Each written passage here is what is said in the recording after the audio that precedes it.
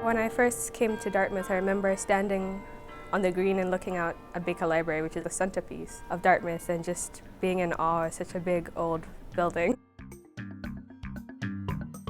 So surprising that you come to a place and not only are there, all the books you can think of, but there are books about all the books you can think of. I'd never even heard of that idea. There are a lot of similarities between this library and maybe the library that a student has used in high school.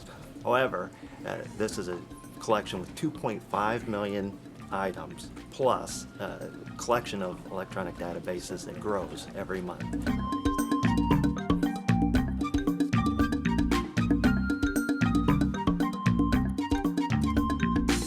The goal is to get them into the academic conversation and to realize the richness and incredible power of the almost infinite knowledge that's out there that's accessible. You think of the library as a place of discovery. Imagine what's here.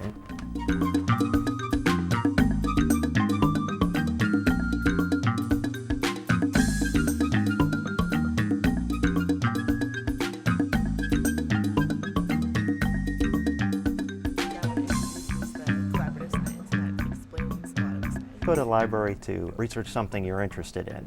Might be a hobby, might be a band, anything. And that's a good way to start and find your way around, see what's there.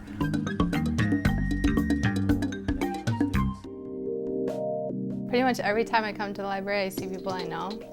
And it's just a very central place where people are always walking around and finding things. And I think because there are classes here also, during the day you definitely see people.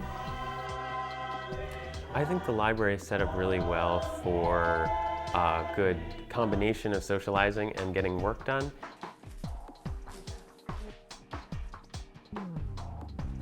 I just love that the library is so big with so many different types of spaces, and so each term I pick a different spot to study, and that has been really fun for me.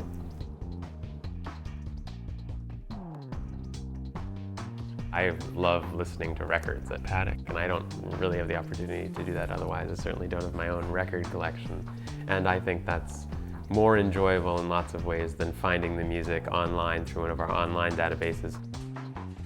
I like just being able to hear it all in order, complete with the buzzes and pops of the record.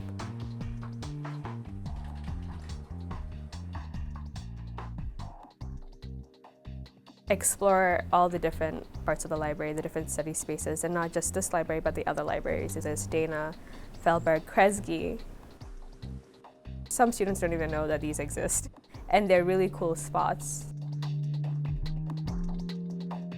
For using any other media other than books, the Jones Media Center is really useful.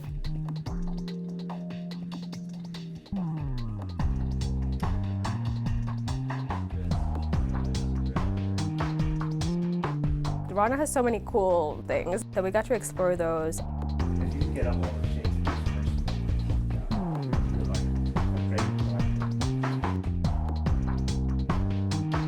I mean, they do protect their collections, but they really are open. The reference librarian is the key to research. Computers are great, but they can't really think. And so the reference librarian really is that interface that can make the connections. Students who are really into material always find that they gain so much if they will get themselves to the reference desk. It's fairly common that we receive more emails at the reference desk than we do person to person. In fact, we receive emails from people that are even in the building.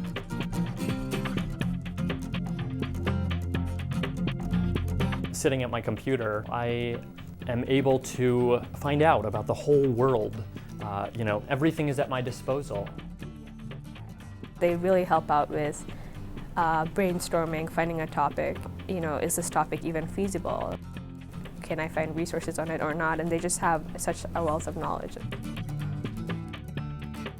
Good research oftentimes is hard. What the library tries to do is to make that process more rewarding for you, that you will get what you need. That's exactly true.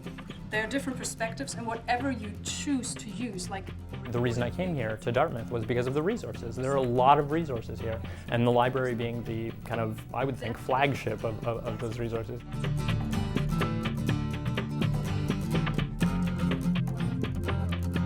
The heartbeat of the campus is the library. And the students who get that they need to be continually working with the library, do really well here.